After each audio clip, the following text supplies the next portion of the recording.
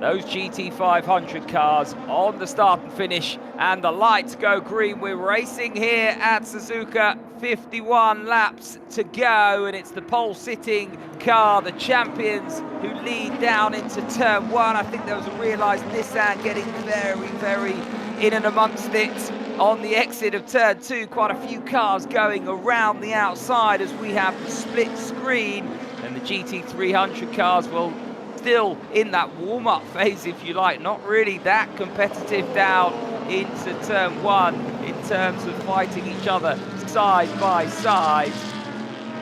But it's the JLOC Lamborghini who takes that all-important lead, and we have a look down to see where that, well, no sign of the Leon Mercedes. That looks to have dropped right back. Look for the black Mercedes. There's one of the Mercedes that started ahead of that machine, the Leon car. Grass and detritus being kicked up on the edge of the hairpin as the GT500 cars go at it. It's the two Nissans. Number 7 car with the advantage into Spoon Curve.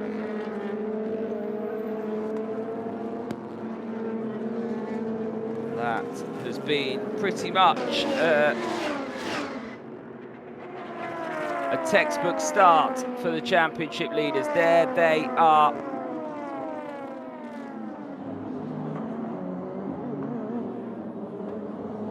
Well, as Jamie joins us, we've got the two Nissans fighting nose to tail. The 23 machine there. Quintanelli in that car for his final hurrah, if you like.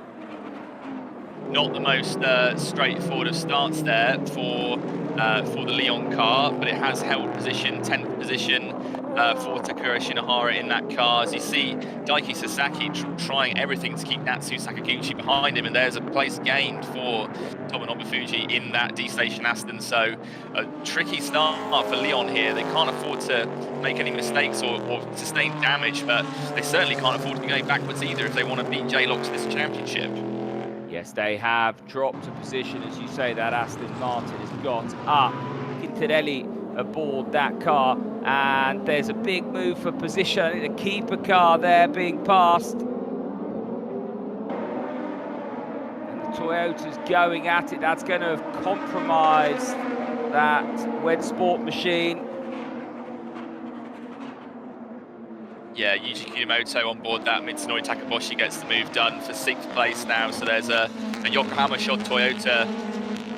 It's splitting the two Nissans now. It's the two Yokohama cars have no pace at all. Difficult with the warm-up of the tyre in these very cold conditions. Of course, the Kondo Racing car right at the back now in the hands of Teppei Notori. Kinomoto down to 7th place. Yeah, I have no live timing, so it's quite challenging to know who's in the car. So I'm glad you're alongside me, Jamie, to add another dynamic in terms of what it is that we have to deal with. Quintanelli fighting Kunamoto down into the final chicane. This is for 7th, 8th, 9th, 10th. You've got the Wed Sport Supra with the Nissan, the Denso Supra as well. The Morelli car, you can see the Nissan just behind. Kunamoto leading Quintanelli, then it's Sakaguchi and Bertrand Baguette, and these four cars, the quartet, out of turn two through the S's now. This is where the GT500 cars really earn their money. The drivers working really hard to maximise and use the grip that they have underneath them, and Quintanelli went a little bit wide there. Sakaguchi having a little look.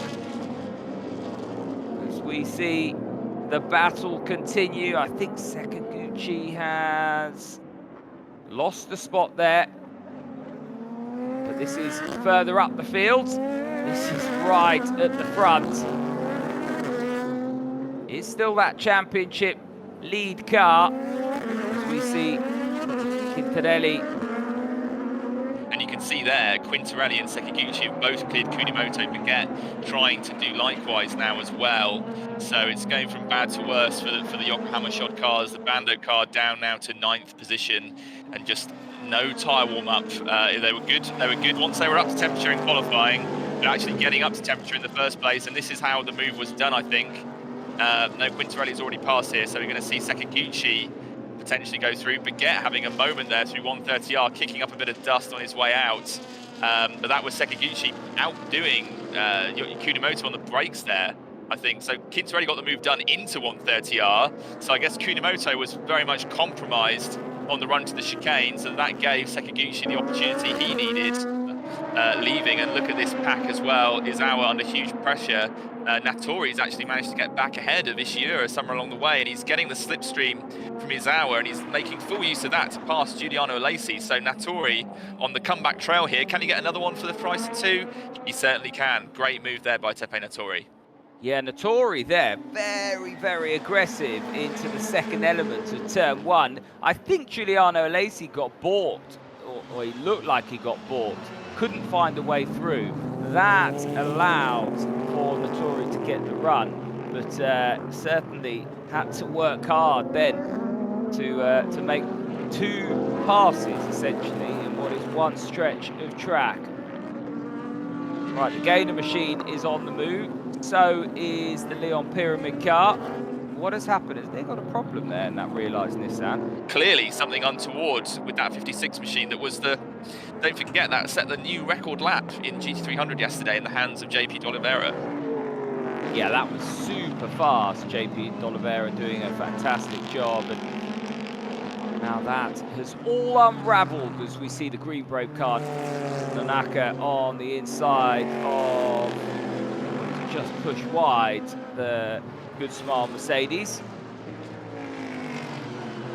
We now have the GT500 cars there in and amongst this. So this is where this is going to get interesting now. This is where the head of the field catches the snake.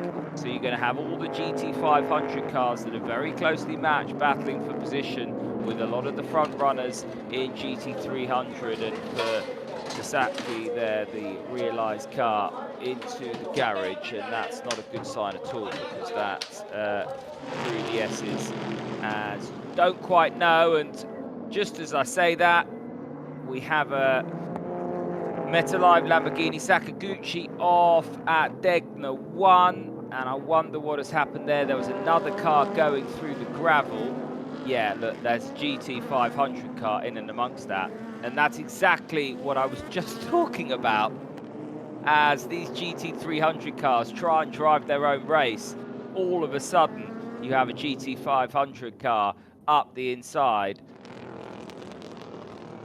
So this is the Ineos car of Niroi Fukuzumi down into turn 1 on the inside. Takaboshi on the outside. And this is where it starts to get a bit interesting with the GT300 as well. Good move from Takaboshi there in that machine.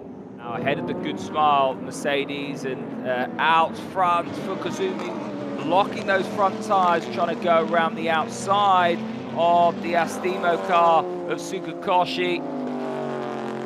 GT300 Lexus gets in the way, but Fukuzumi looks pretty aggressive there. Lap 12 of 51. We're probably only about 6 laps away from the pit window opening in GT500. Stop and go infringement that has had the win for Honda. Right, here is the Arta Civic of Otsu and Takaboshi. This is for 3rd and 4th. A little bit of contact down there at the chicane. Takaboshi lives to fight another day. We go back to the battle with Fukuzumi and Quintarelli.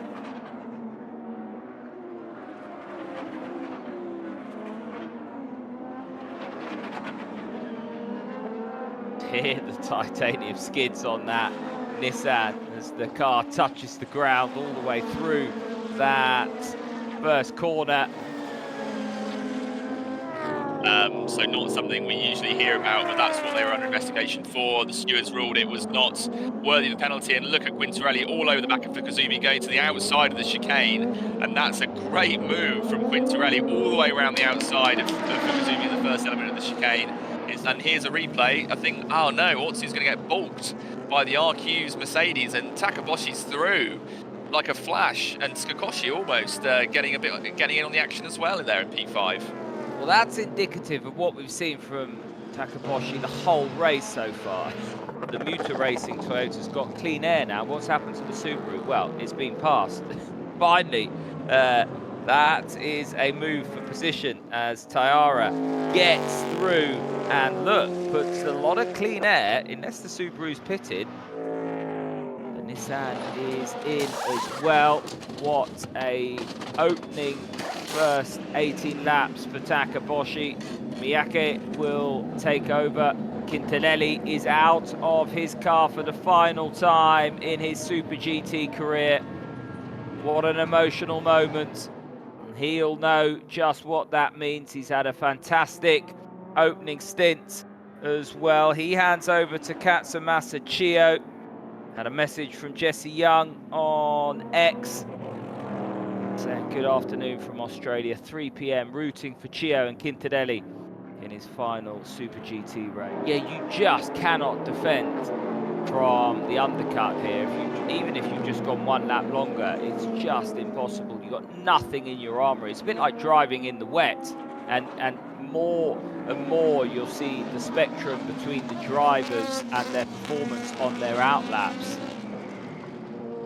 So this is actually crucial, because the APR Lexus, which we also saw come in there, and this is the battle for the lead. I think this is the battle for the lead of GT500 between Kenta Yamashita and Atsushi Miyake. So the number 3 Nissan there has done extremely well for these pit stops. Well, this car continues to go from strength to strength. We saw Takaboshi really wring the neck of that car and be very aggressive in terms of picking off all the cars ahead of him. And now, this car... unless Tsuboi has got out in the lead. Has he got out in the lead? Yeah, this is for the lead. Miyake around the outside, he gets it done. Nissan lead here, but does he stay on the track? No, he doesn't. He couldn't get it stopped, Jamie. So Miyake left for a brief period of time. Yamashita didn't really have to do anything to get that lead back, apart from just stay on the conventional line. But having done all the hard work, he just couldn't get it stopped. Have to brake and rotate the car at the same time. Can't brake as hard. Yellow. Yeah, it is. So full course yellow's yellow, out. full course yellow. So that is why they've slowed there.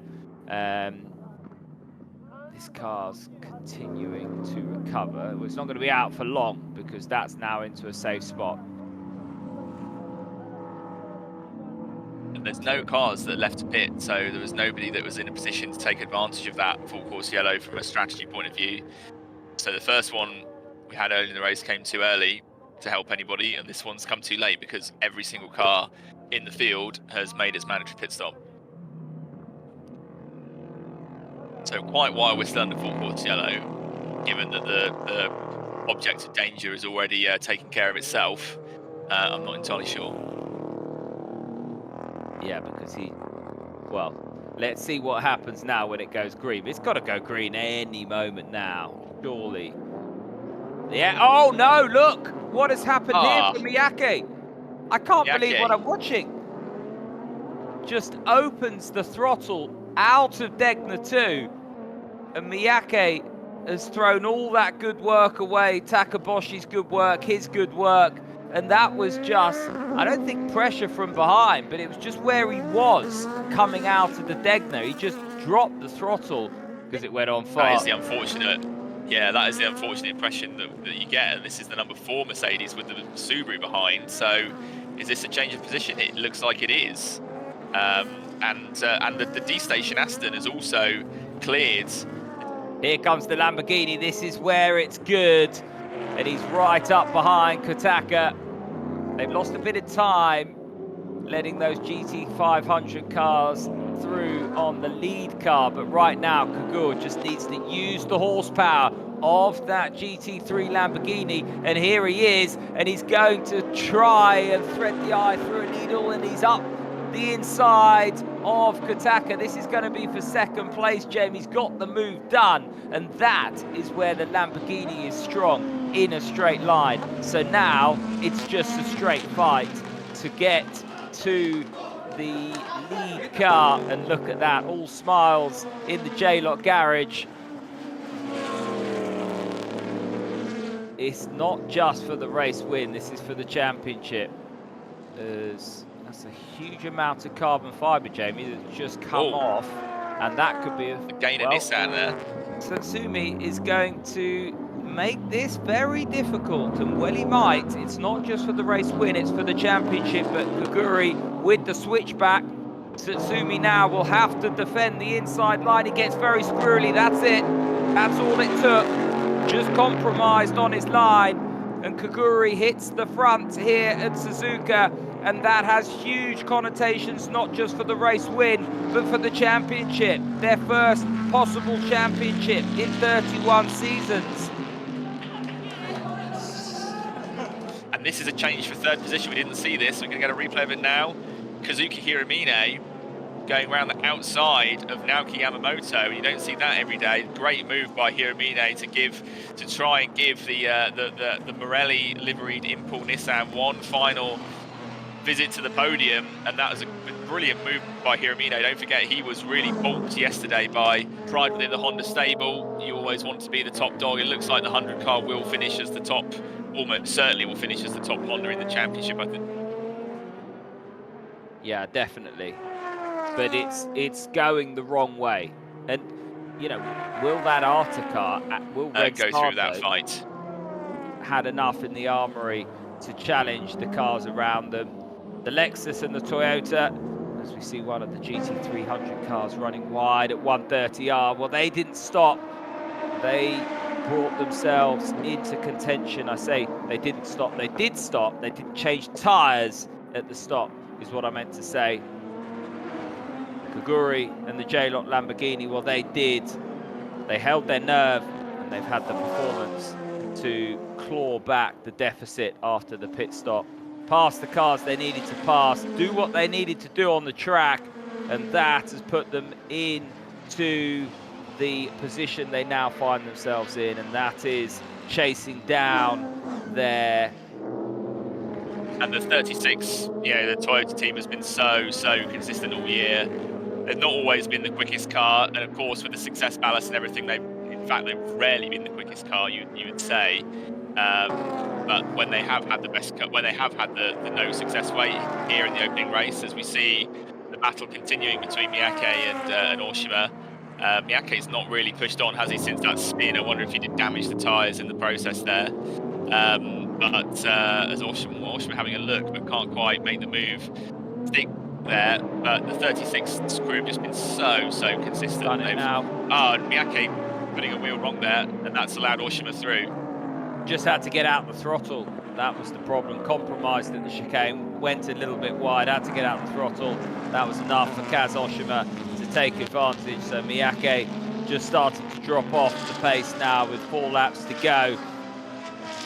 Meanwhile, Yamashita out front, who's racing with a big smile on their face today, and look at that. He came from another county. Yeah, Ota there just forgot to brake for the chicane. Not quite sure what's going on there, but when I looked at the screen, that was from a huge distance back for Kakinoshi Ota. I think he was something like a second behind at the start of that lap, a little bit closer now, 0.6 of a second.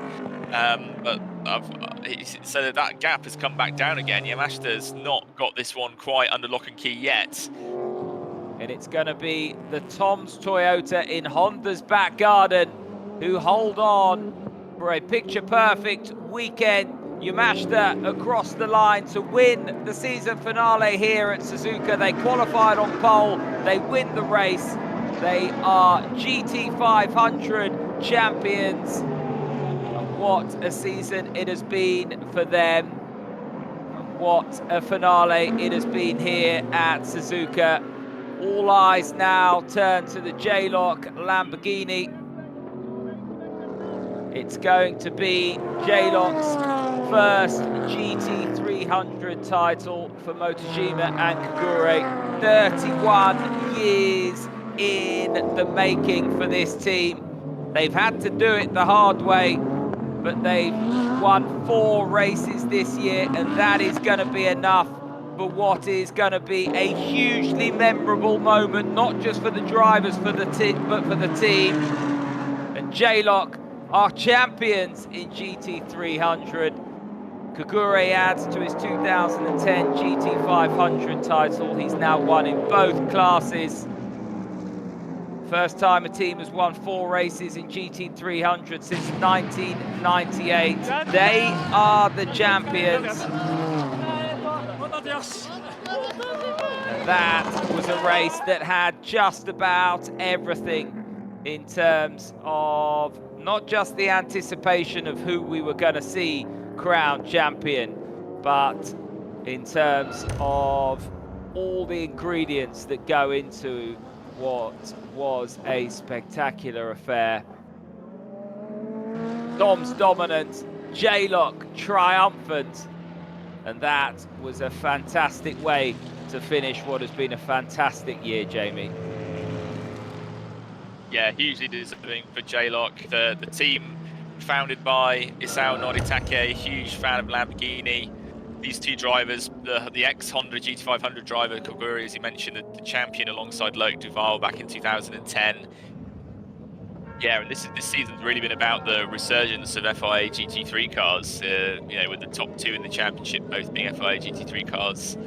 It looked like it was going to be, you know, the JAF cars had the big advantage last year as Green Brave squad took the title with the Ingin car second, but this time it's the European machines, the Italian, the Raging Bulls of Lamborghini and the 3-pointed star of Mercedes that have really stepped up to the plate. And of course, a new car for Lamborghini, but the Mercedes is the same old piece of hardware that they've had since 2020, the AMG GT3 Evo. But of course, since the end of the pandemic, it's been much easier for Mercedes to give their teams the support, that bringing the European engineers here to look after the teams and make sure the car is performing to its absolute maximum. And the same applies for JLOC.